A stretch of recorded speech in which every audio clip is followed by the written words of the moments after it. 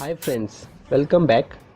I am Ganesh Thakur and you are watching video on Mendel's law of inheritance. So, before we proceed to Mendel's law of inheritance, first let's see something about Mendel and why Mendel is known as father of genetics. So, Mendel was born on 22nd July 1822 in Austria. He did his higher studies in physics, mathematics and natural sciences. In 1856, he started his famous experiment on garden pea, and in 1865, he represented his paper Experiments in Plant Hybridization at Natural History Society of Brunn. But unfortunately, his work remained unnoticed at that time. Later, in 1900, three scientists, that is, Hugo de Vries, Karl Correns and Erich Schermack, rediscovered his finding independently. Based on Mendel's principles, Correns postulated three laws that are known as Mendel's law of inheritance. This opened a new field in biological science known as genetics, and Mendel is known as father of genetics. Now let's see Mendel's law of inheritance. Mendel's first law is law of dominance, which says in a cross between two organisms pure for any pair of contrasting character, the character which appear in first generation is called dominant and the one which is suppressed is called recessive. In this cross, recessive allele will always be masked by dominant allele. Therefore, a cross between a homozygous dominant and a homozygous recessive will always express the dominant phenotype. Thus, there is always uniform expression in F1 generation. Law of dominance can be explained with the help of monohybrid cross experiments. So, let's see this monohybrid cross experiment. What is the monohybrid cross? It is a cross between two pure parents differing in a single pair of contrasting character. So, let's see this monohybrid cross experiment. Mendel first selected some pure tall pea plant and tall and dwarf in F2 generation in the ratio of 3:1.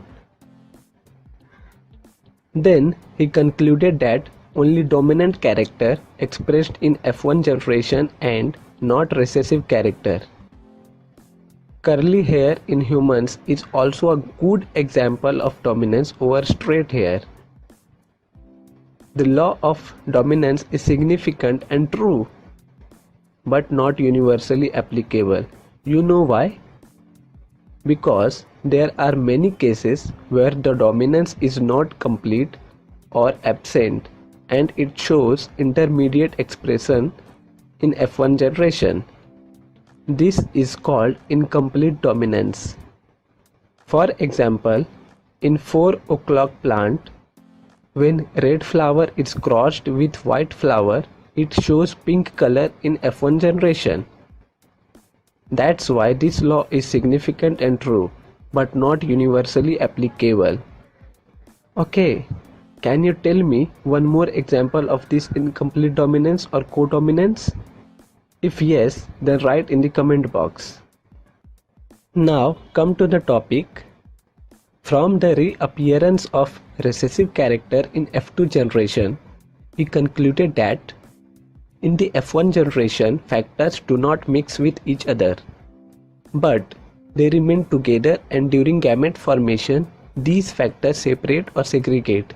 This is the second law of inheritance, that is, law of segregation. So, let's see the law of segregation. Law of segregation or second law of inheritance says the allelic pair in a hybrid segregate or separate during the gamete formation, and that during the formation of new gametes, it receives only one of the two factors and are pure for a given trait. Therefore, this is also known as law of purity of gametes. This law also can be explained with the help of monohybrid cross. So, take the same example of cross between tall and dwarf pea plant. In this, the reappearance of a recessive trait in F2 generation proves the law. All sexually reproducing organisms are diploid and gametes are haploid. This law is applicable for all organisms. Therefore, law of segregation is universally applicable. Mendel's third law of inheritance is based on dihybrid cross. So, first let's see what is dihybrid cross. Dihybrid cross is a cross between two pure parents differing in two pairs of contrasting character. So, let's see the Mendel's third law, that is law of independent assortment. Mendel's third law states that the alleles of two or more different genes get sorted into gametes independently of one another.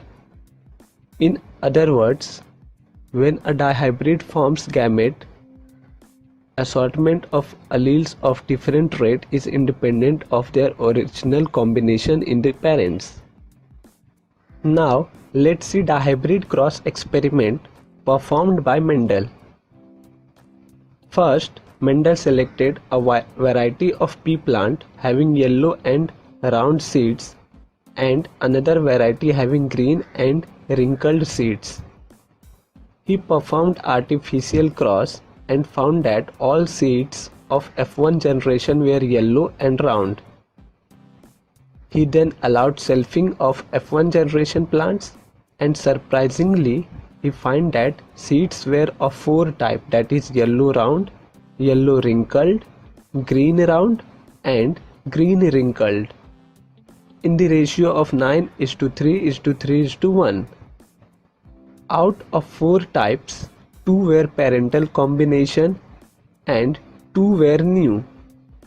The appearance of these new combination in F2 generation proves the law of independent assortment.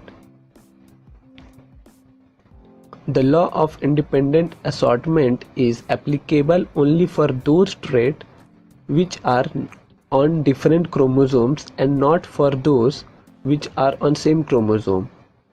Thus, law of independent assortment is not universally applicable.